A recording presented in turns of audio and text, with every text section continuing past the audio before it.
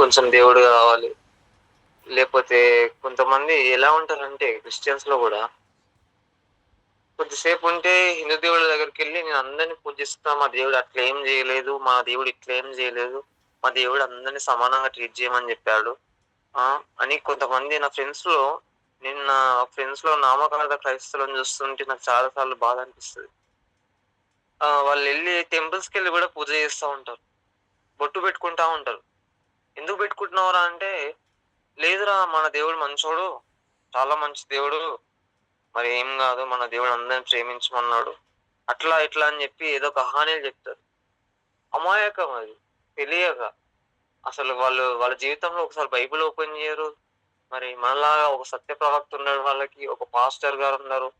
ఏదో నామకార్థంగా ఎప్పుడో ఒకసారి గుర్తొచ్చినప్పుడు చర్చ్‌కెళ్తూ మరి బాప్తిజం తీసుకొని గూడా ఇలాంటి అఘాయిత్యాలు జేస్తా ఉంటారు. మరి అలాంటి వారిని మరి దేవుడు మార్చివేయనట్లుగా మరి మరి ఇదన్ని సందర్భాలను చూస్తున్నప్పుడు ఈ ఇశ్రాయేల్ ప్రజలు ఎలాగైతే తడబాటులో ఉన్నారో, మరి ఈనాడు క్రైస్తవులు ఎలాగో తడబాటులో ఉన్నారో, మరి అన్యులు ఎలాగో తడబాటులో ఉన్నారో, వీళ్ళందరి ఆనాడంటే ఏలియా వచ్చిండు ముందుకి. మరి దేవుడు చేస్తున్న ప్రశ్న ఈరోజు, ఇవాళ ఉదయకాల సమయంలో అందరితో మాట్లాడుతూ దేవుడు చేస్తున్న ప్రశ్న ఏందంటే, మరి ఈ తడబాటును తొలగించడానికి మహారోషం గలవాడై ఒక ప్రవక్త లేసాడు. అసలు మీరు చేస్తున్న బోధ తప్పు. మీరు పూజించే మరి ఆ బయలుదేవతలు వాళ్ళందరూ దేవుళ్ళు గాదు అని ఎలాగైతే రోషం గలవాడు ఏలియా ముందుకొచ్చాడో, మరి కడవరి ప్రవక్త, మరి కడవరి ఏలియా మరి ముందుకొచ్చి మీరు చేస్తున్న బోధనలు తప్పు.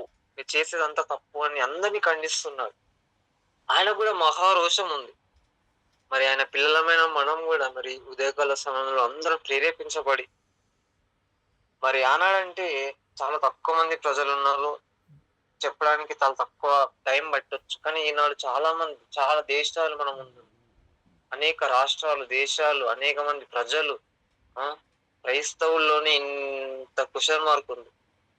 మరి ఈ తడబాటునన్నిటిని తొలగించాలంటే మరి మన ఆత్మీయతలో కూడా పోరాడితే అది ఏమాత్రం కరెక్ట్ కాదు గాబట్టి మనము మరి ఆ ఏలియాకు మనం తోడై ఉండాలి. మరి ఆ ఏలియాకున్న ఆ రోషం మనం కూడా కొంచెం అంటించుకోవాలి. ఆ ఏలియాకి ఇప్పుడు మనకున్న మరి ఓఫిరియా గారికున్న ఆ భారాన్ని, ఆ రోషాన్ని మనం కొంచెం అంటించుకున్నట్లయితే ఇంకా పని సులువుగా ముందుకెళ్తది.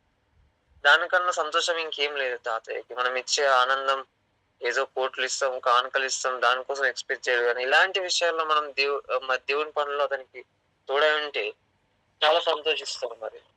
అలాగే ఒక మాట యెషయా గ్రంథంలో 6వ అధ్యాయంలో ఒక మాట ఉంటది. అదొక్కటి చదువుకొని మనం ముందుకెళ్దాం.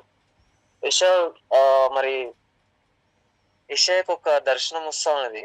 ఇందులో 6వ అధ్యాయంలో మనం ఒక్క మాట అది చూసుకుందాం. 6, 8లో ఒక మాట నేనే చదువుతాను. అప్పుడు నేను ఎవరిని పంపెదను? మా నిమిత్తం ఎవడు పోవునని ప్రభువు సెలవీయగా వింటిని. అంతటా నేను చిత్తగించుచున్నాను. నేనున్నాను నన్ను పంపుమనగా. మరి ఈ 6వ అధ్యాయంలో యెషయాకు ఒక దర్శనం దేవుడు చూపిస్తాడు. ఆ దర్శనంలో దేవుడు పైన చూస్తే మరి ఆయన చొక్కా అంచులు దేవాలయం నిండుకొనెను. ఆయన పైగా సెరాపులు నిలిచి ఉండిరి.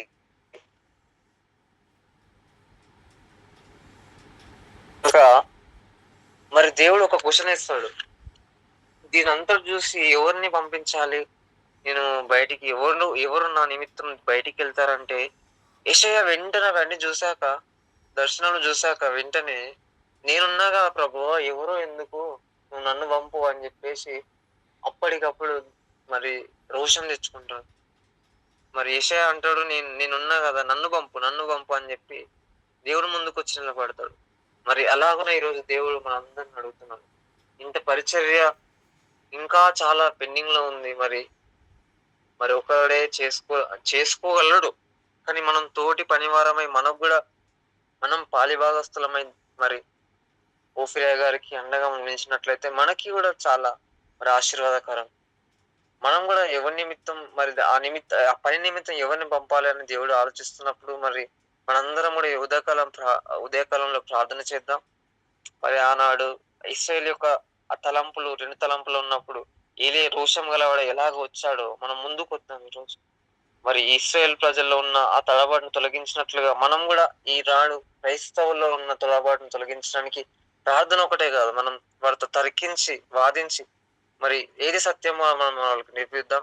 అలాంటి గొప్ప యోధులు మరి లేవునట్లుగా, మరి అలాంటి రోషం గల మరి పౌరుషం కలిగిన వాళ్ళు మన సంఘంలో నుంచి లేవునట్లు, మన మినిస్ట్రీలో నుంచి లేవునట్లుగా, మరి దేవుడు అడిగినప్పుడు సేవకు ఎవరు వెళ్తారు నా నిమిత్తం అన్నప్పుడు మరి మనందరిలో యువత మరి అనేకులు నేను వెళ్తా అని చెప్పి మనందరం లేచినట్లుగా మరి వాళ్ళ ప్రార్థన చేద్దాం. ఈ ఉదయకాల సమయంలో మనం దేవుని పాదాలు పట్టుకొని మరి అడుగుదాం, బతిమలాడుదాం. అది చిన్ని వాక్యాన్ని దేవుడు దీవించి ఆశీర్వదించును గాక.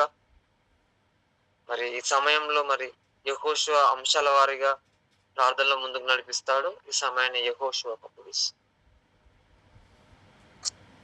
హల్లెలూయా. ప్రార్థనలోకి వెళ్దాము. మరి దేవుడు మన సంఘస్థులకు మంచి జ్ఞానమును తెలివిని దయచేలాగున